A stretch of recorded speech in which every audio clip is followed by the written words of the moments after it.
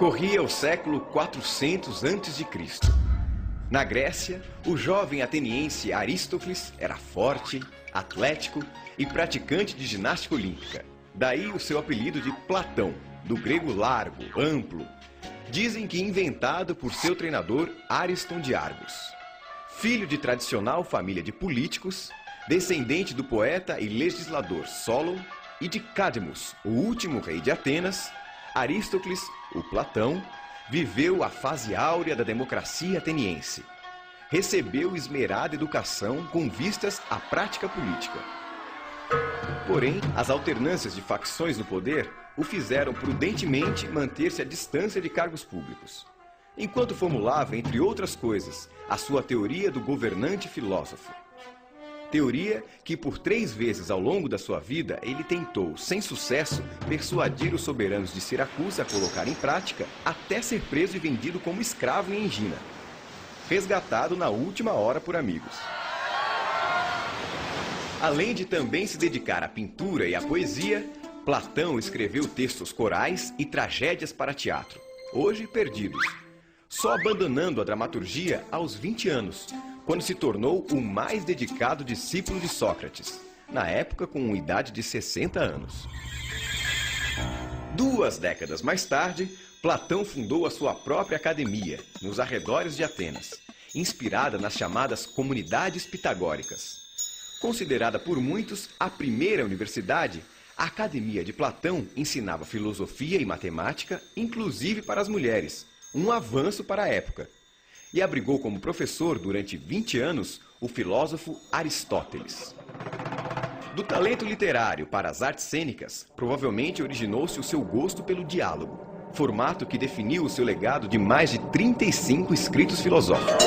Na maioria deles, seu mestre Sócrates aparece como protagonista, debatendo diferentes temas com diferentes interlocutores, cujos nomes dão título aos diálogos. No diálogo Teeteto, por exemplo, o interlocutor de Sócrates é um jovem matemático de nome Teeteto, com quem o mestre discute a definição de ciência, a distinção entre opinião e conhecimento e o papel da percepção sensível na aquisição do saber. Os diálogos de Platão são divididos em 3 fases. A primeira representa a filosofia de Sócrates, mais dedicados à virtude e à ciência. Na segunda e terceira fase, ainda que Sócrates continue como protagonista, acredita-se que ali estão as próprias ideias de Platão. E finalmente, nos chamados Diálogos da Velhice de Platão, entre 361 e 347 a.C., percebe-se outra influência, a de Aristóteles.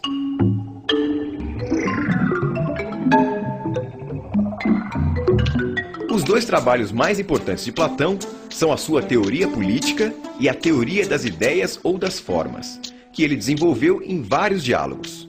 Na sua teoria política, Platão concebe uma polis, uma cidade ideal, de vida fraterna e justa. Nela existem apenas 3 categorias de cidadãos. Cada um desempenha uma única tarefa, aquela para a qual é melhor dotado por natureza. A educação, em grego paideia, seria o meio de selecionar as aptidões de cada um, conforme a tendência do cidadão. Se sua alma tivesse apetite e sua virtude fosse a temperança, seria trabalhador. Para a alma com coragem e valor, guardião.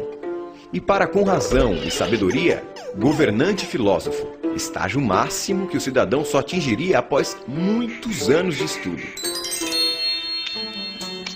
Os casamentos seriam coletivos, sem casais fixos, apenas para reprodução.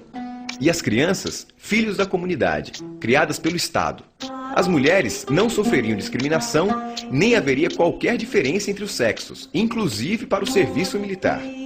O interesse maior seria sempre o da comunidade. Já a teoria das ideias, ou teoria das formas, de Platão, é apresentada através de uma alegoria ou mito no diálogo A República.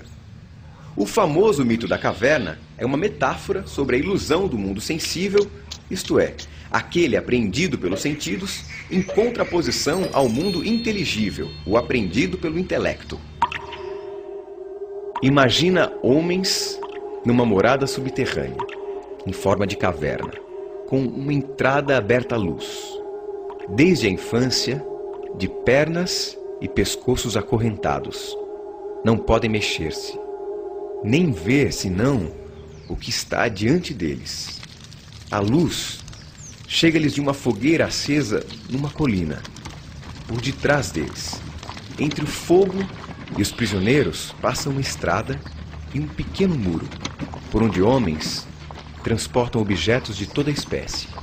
Se os da caverna pudessem se comunicar uns com os outros, não achas que tomariam por objetos reais as sombras que veriam daqueles homens e objetos?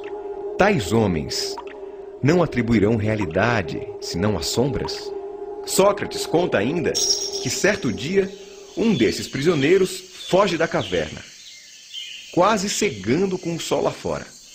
Aos poucos, porém, ele se acostuma e acaba extasiado com a verdadeira forma das coisas, das quais antes só enxergava as sombras. No final, o fugitivo volta à caverna para contar sua descoberta aos outros, mas ninguém lhe dá crédito. Para Platão, o mundo que nos cerca é a caverna. A luz do fogo que a ilumina e projeta sombras é a ilusão propiciada pelos sentidos.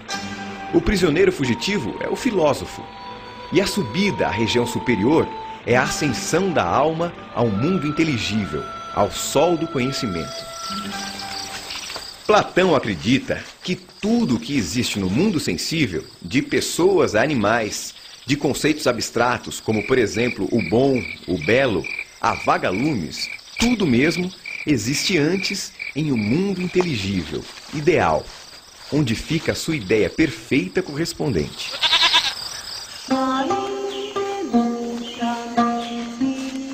Para ele, o mundo dos sentidos é uma imitação imperfeita, ou simulacro, mutável e efêmero do mundo das ideias. O mundo das ideias. Lá, onde a alma já andou antes de fazer parte do corpo. Esse sim é perfeito, imutável, eterno e universal.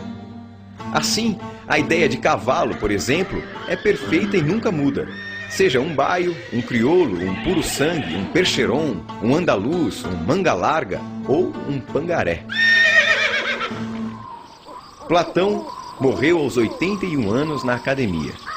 E em sua lápide ficou registrado: aqui jaz o divino Aristóteles, que em prudência e justiça soube exceder a todos os mortais. Se a sabedoria eleva alguém às alturas, este as conseguiu.